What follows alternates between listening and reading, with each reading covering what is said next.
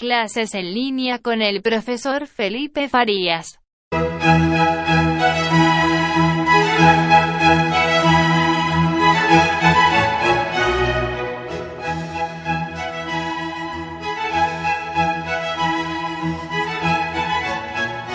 Hoy día vamos a ver la manera en que la burguesía consolidó su poder después de la doble revolución. Gracias a la Revolución Francesa, la burguesía logró escalar a la cúspide de la pirámide social, desplazando a la nobleza y a los monarcas absolutos. Pero en ausencia de la monarquía, la burguesía debía inventar una nueva forma para gobernar, para gestionar el poder que había conseguido. De esta manera, lo que hizo la burguesía fue inventar una nueva institución, la cual fue conocida como el Estado-Nación. Primero que todo tenemos que saber que el contexto en el cual se enmarca el surgimiento del Estado-Nación en Europa es en el siglo XVIII. Esto quiere decir que fueron ideas pensadas en pleno proceso de ilustración.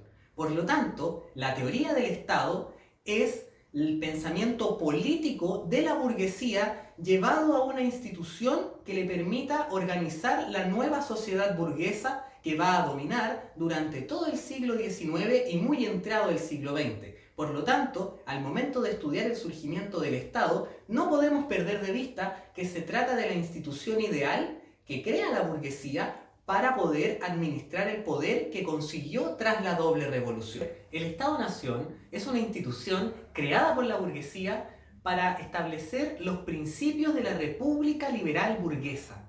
En otras palabras, todos los principios políticos de la Ilustración están contenidos en el Estado-Nación, el cual sirve a la burguesía como una institución para gestionar el poder en esta nueva sociedad que surge a finales del siglo XVIII y se desarrolla a lo largo del siglo XIX.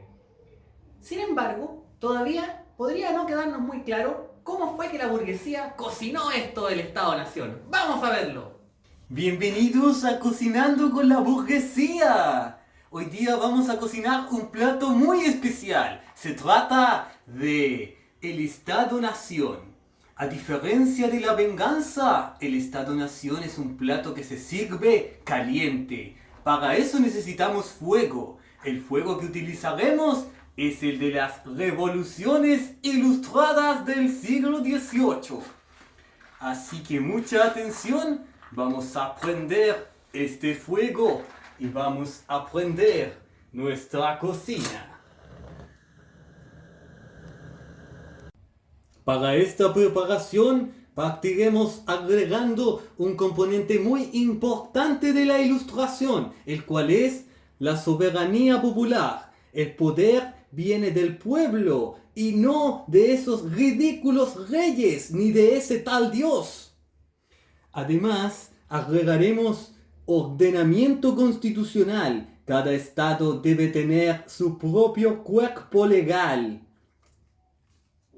Además, debemos agregar la separación de poderes. Debemos agregar un poco de ejecutivo, legislativo y judicial.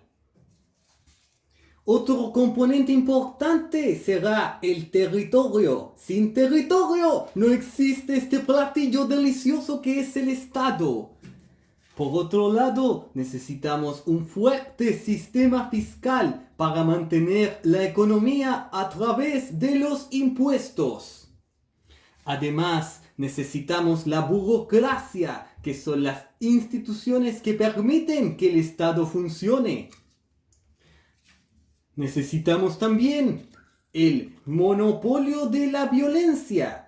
No queremos que nadie ejerza la violencia más que el Estado, porque necesitamos el control de la población.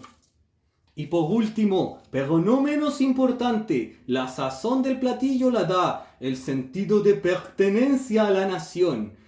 Los que disfruten este plato deben sentirse parte del país que está controlado por el Estado. Ahora solo nos queda revolver. Les poils étaient pignons, les vitons j'étais, et les jantons les opas, les gisons l'étaient, en bois je les temps, les disponeront, mon dans les opas, les gens les Bueno, y después de haber pasado las revoluciones, estamos listos para servir nuestro platillo principal.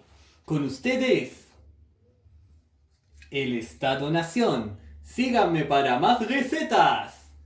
Y luego de esta maravillosa presentación, nos estamos acercando al final de nuestra clase. Como conclusión, podemos decir que el Estado-Nación es una institución que, por un lado, controla el territorio, la población y los recursos, pero también genera un sentido de pertenencia nacional, patriótico. En cuanto a las características del Estado-Nación, podemos decir, por lo tanto, que el Estado establece un control interno sobre el territorio, la población y los recursos que están en sus límites, a través de las leyes, el uso de la violencia legítima y a través de los medios que dispone para ese control. Sin embargo, para que el Estado sea legítimo, también debe tener un control externo. Debe ser reconocido como tal por otros estados. Y para eso utiliza la diplomacia y utiliza la definición de las fronteras. Un estado al cual no se le reconocen sus fronteras o no se le respetan sus fronteras es un estado que carece de control externo. Solamente cuando un estado tiene completo control interno y externo de todos los elementos que están en pantalla, podemos decir que se trata de un estado soberano. Cuando un estado, por ejemplo, tiene control interno, pero sus fronteras son controladas por otra nación, podríamos hablar de un estado semisoberano. Solamente el control total, interno y externo, permite hablar de una soberanía absoluta del Estado-Nación. Hemos hablado bastante de la teoría del Estado. Sin embargo, necesitamos saber en qué consiste la nación. Según una definición tradicional, la nación es un conjunto de personas que comparte un origen étnico, histórico, cultural, religioso y que tiene conciencia de pertenecer a un mismo pueblo o comunidad y además generalmente hablan el mismo idioma y comparten un territorio. Por tanto, los componentes de la nación son la identidad común, la historia, el idioma y un sentido de pertenencia. Ahora bien, ¿por qué existe una relación entre el Estado y la nación? Porque si la gente no se siente parte de la nación, va a ser muy difícil que obedezca las normas del Estado que controla esa nación. Entonces, en la medida en que los individuos que componen la nación se sienten identificados con ella, para el Estado es mucho más fácil establecer sus mecanismos de control, sus leyes y su sistema en general.